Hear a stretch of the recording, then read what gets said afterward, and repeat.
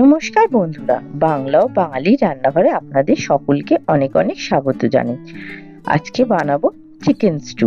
প্রথমে কড়াইতে নিয়ে নিয়েছি সামান্য তেল, রিফাইন্ড অয়েল, আর তার মধ্যে দিচ্ছি বাটার। আমি রিফাইন্ড অয়েল 1 চামচ দিয়েছি। শুধু বাটার দিলে বাটার পুড়ে যেতে পারে, তাই জন্য সামান্য তেল দিয়ে বাটার দিলাম। আর আদা রসুনকে গ্রেট করে দিয়ে সামান্য করে নেড়ে দিচ্ছি। গ্যাসের ফ্লেম হাইতেই রেখেছি।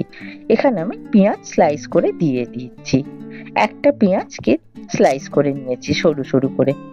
এবার তেলের মধ্যে নেড়ে নিচ্ছি।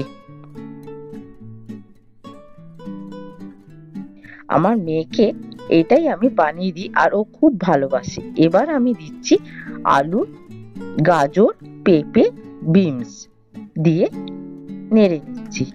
বড়দের জন্য আমি তো অনেক রেসিপি শেয়ার করেছি। আমার মেয়ের যে এই রেসিপিটা চিকেন স্টু বানিয়ে দিই, ও এটা খুব ভালোবাসে। আর তার জন্যই আমি আপনাদের সাথেও শেয়ার করে নিচ্ছি, যাতে আপনারাও বাচ্চাদের এইভাবে বানিয়ে দিতে পারেন।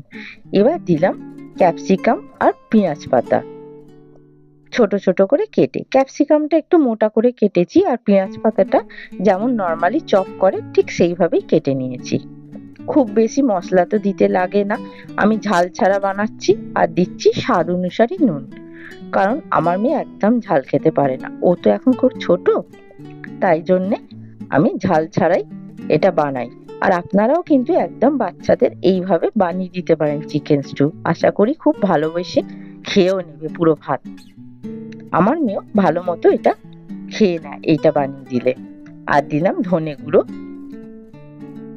1 চা চামচেরও কম, হাফ চা চামচ ধনে গুঁড়ো দিলাম। এবার ভালো করে নেড়ে নিচ্ছি। এবার চিকেনে পিসটা দিয়ে দিলাম। এবার আমি ভালো করে নেড়ে নেব। চিকেনের সাথে একটু নেড়ে নিতে হবে। খুব বেশি কোনো সবজিকে ভাজার দরকার নেই, হালকা নেড়ে নিলে খেতে ভালো লাগবে। ঝাল খেতে পারে না বলে লঙ্কা দিচ্ছি না। আপনাদের বাচ্চা যদি সামান্য ঝাল খেতে পারে, তাহলে সামান্য একটু গোলমরিচ গুঁড়ো দিতেই পারেন, তাতে আরো টেস্ট বেড়ে যাবে। আর দিলাম চিনি সামান্য, টেস্টটাকে ব্যালেন্স করার জন্যে। এবার সবগুলোকে ভালো করে নেড়ে নিচ্ছি। আর কোনো বেশি মশলা দেওয়ার দরকার নেই। এবার ভালো মতো নেড়ে নিয়ে জল দিয়ে দেব।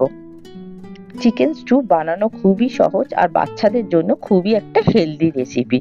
শরীর খারাপ হলে বড়দেরও এইভাবে বানিয়ে দিতে পারেন। আর দিলাম জিরে বাটা, জিরেটাকে বেটেই দিয়েছি। আমি ধনে গুঁড়ো দিয়েছি, আপনারা চাইলে ধনে বেটেও দিতে পারেন। এবার সবগুলোকে নেড়ে নিয়ে জল দিয়ে দিচ্ছি। আমি এখানে 1.5 কাপ জল দিয়েছি।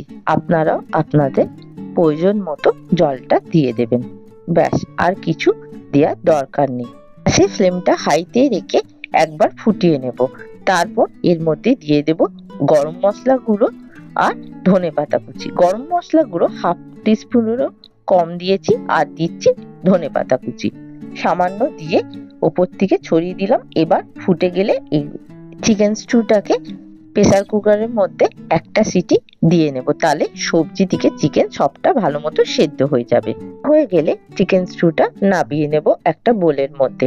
ভিডিওটা ভালো লাগলে একটা লাইক করে দেবেন, সঙ্গে চ্যানেলটা সাবস্ক্রাইব করে বেল আইকনটা প্রেস করে দেবেন, যাতে আপনাদের কাছে নোটিফিকেশন পৌঁছে যায়। Thank you for watching.